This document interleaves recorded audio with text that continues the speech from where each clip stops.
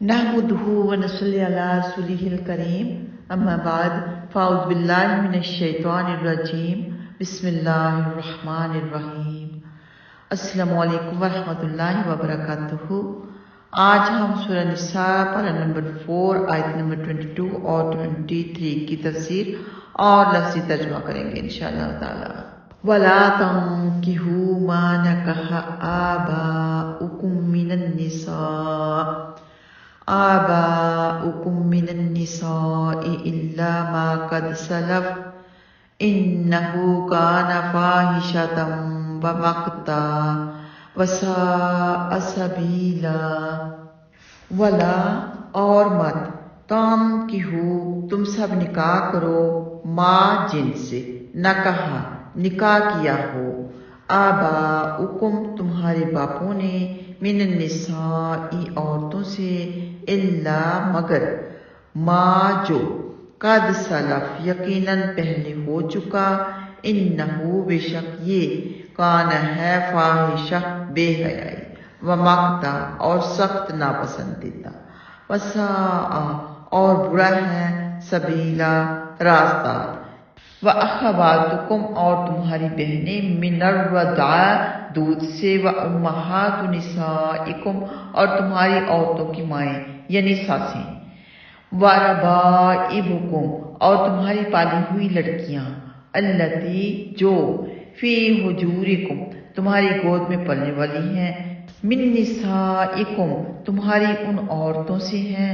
الَّتِي جو، دخلتم تم داخل ہو چکے ہو، بہن ان پر، فَإِن پس اگر، لم تکونوا نہ تم سب ہو، دخلتم تم داخل ہوئے، بہن ان پر، فلا جناح تو کوئی گناہ نہیں، علیکم تم پر، وحلائل اور بیویاں، ابنائکم تمہارے بیٹوں کی، الذین وہ جو، من اصلابکم تمہاری پشتوں سے ہیں، وَأَنْ اور یہ کہ تجمعوا تم سب جمع کرو، بین الاختین دو بہنوں کے درمیان، الا مگر، ما جو، قد یقیناً، سلف پہلے گزر چکا ہے، ان اللہ بے شک اللہ، کان ہے، غفوراً بہت بخشنے والا، رحیمہ بہت بڑا مہربان، بے حد مہربان۔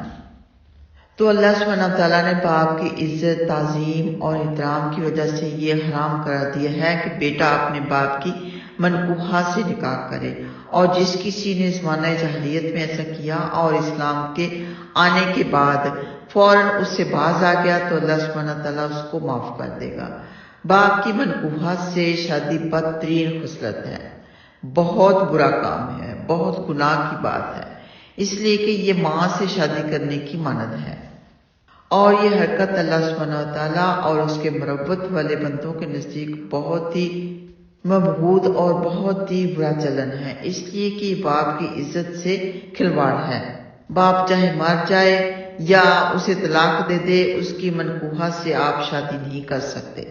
ہاں اگر آپس میں ملن نہ ہوا ہو تو پھر شادی جائز ہے۔ سیدنا برا بن عازب رضی اللہ تعالیٰ عنہما اپنے ماموں سے بیان کرتے ہیں کہ رسول اللہ صلی اللہ علیہ وسلم نے انہیں ایک شخص کی طرف بھیجا جس نے اپنے باپ کی وفات کے بعد اس کی بیوی سے نکاح کر لیا تھا کہ اسے قتل کر دو اور اس کے مال کو چھین لو۔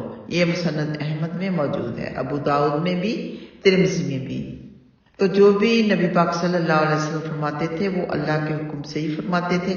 اللہ کا حکم تھا کہ اسے قتل کر دیا جائے، یعنی اتنا برا کام ہے اپنی والدہ سے شادی کرنا، چاہے سکی ہو چاہے ستیلی ہو، یعنی سکی سے تو کوئی بھی نہیں کر سکتا، لیکن ستیلی سے کرنا بھی بے حد گناہ کی بات ہے، بہت بڑا گناہ ہے۔ اور اللہ سبحانہ وتعالیٰ نے یہاں یہ بھی فرمایا ہے کہ انہ کان فاحشۃ ومقتا وساء سبیلا، اور بے حیائیوں کے قریب نہ جاؤ، جو ان میں سے ظاہر ہیں اور جو چھپی ہیں، یعنی ظاہرہ بے حیائی بھی یہی ہے کہ سلیمہ سے نکاح حرام ہے، اور یہ آج کل بڑا رواج ہو گیا نا پاکستان میں بھی، ہر جگہ بوائے فرینڈ گرل فرینڈ، یہ بھی جائز نہیں ہے، یہ بے حیائی ہے۔ بے حیائی کے قریب جانا ہی نہیں ہے، کسی فیمیل کو جائز نہیں ہے کہ وہ کسی میل کو دوست بنائے، یا میل کو جائز نہیں کہ وہ فیمیل کو دوست بنائے۔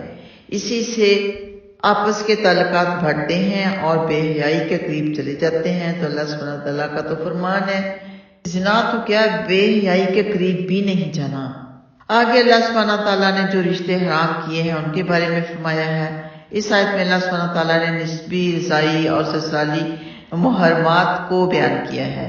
سب سے پہلے نسبی محرمات کو بیان کیا جو یہ ہیں مائیں، بیٹیاں، بہنیں، پھوپھیاں، خالائیں، بھائی کی بیٹیاں یعنی بھتیجیاں اور بہن کی بیٹیاں یعنی بھانجیاں، اور صحیح حدیث سے ثابت ہے کہ عورت اور اس کی پھوپھی اور عورت اور اس کی خالہ کے ساتھ ایک وقت میں نکاح کرنا حلال نہیں ہے، یعنی بیوی کی موجودگی میں اس کی بہن سے، اس کی خالہ سے، اس کی پھوپھی سے نکاح کرنا حرام ہے۔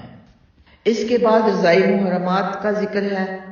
آیت سے معلوم ہوتا ہے کہ نسب کے ذریعے محرمات کی تمام صورتیں ذات کے ذریعے بھی ثابت ہیں اور اس کی تائید صحیح حدیث سے بھی ہوتی ہے۔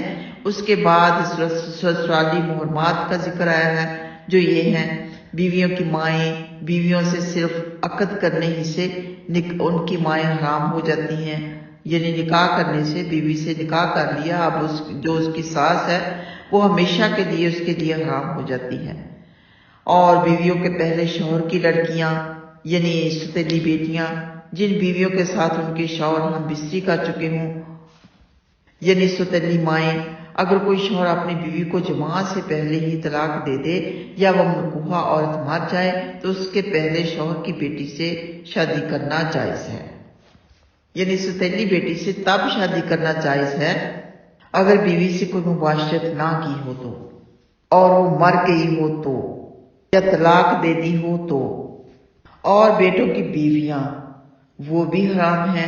رضاعی بیٹوں کی بیویوں کا بھی یہی حکم ہے، یعنی اگر کسی کو دودھ پلایا ہے تو وہ میاں بیوی کی رضاعی بیٹی بن جاتی ہے تو اس سے بھی نکاح حرام ہے اور اس کی اولاد سے بھی نکاح حرام ہے، اور دو بہنوں سے اکٹھا نکاح جائز نہیں ہے۔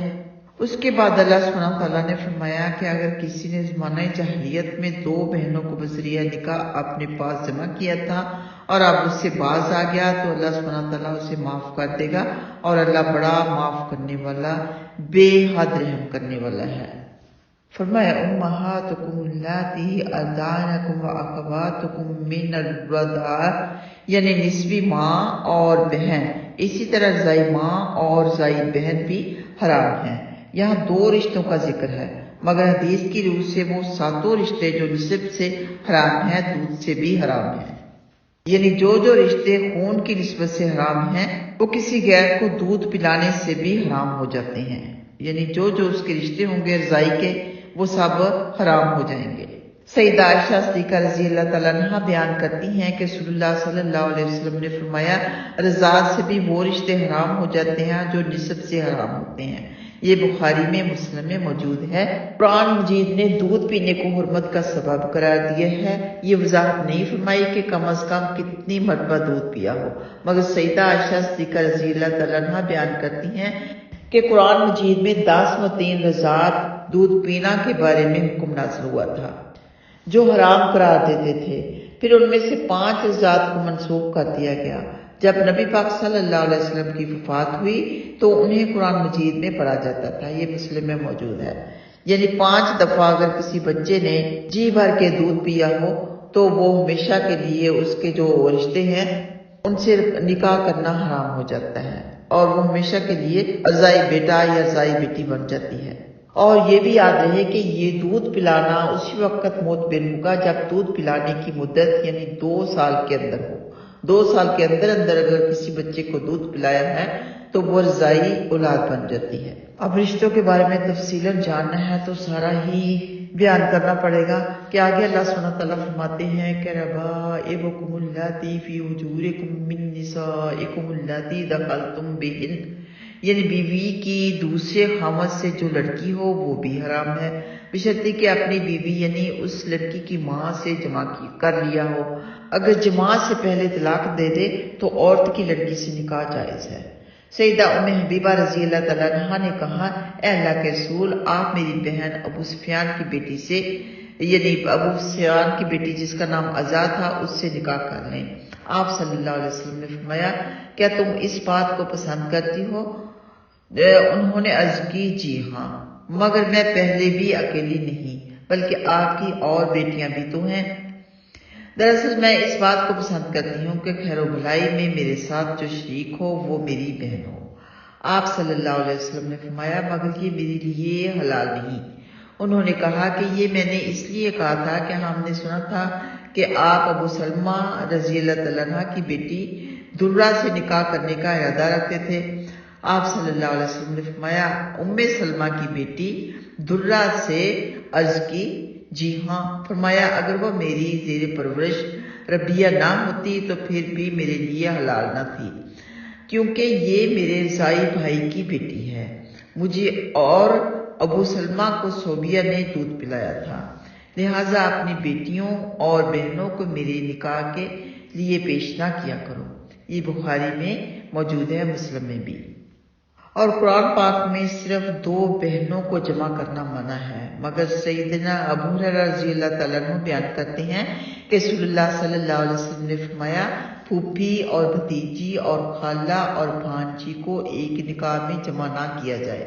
یہ بخاری میں موجود ہے، مسلم میں بھی۔ ان احادیث سے معلوم ہوا کہ قرآن کے علاوہ سنت بھی شریعت کا مستقل ماخذ ہے۔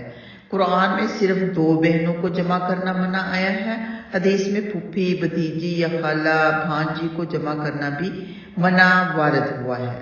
یہ بھی ماننا پڑے گا کیونکہ قرآن پاک ہے وحی الہی اور نبی پاک صلی اللہ علیہ وسلم کا فرمان ہے وحی قلبی، تو اللہ اور اس کے رسول کا حکم ماننا ہے۔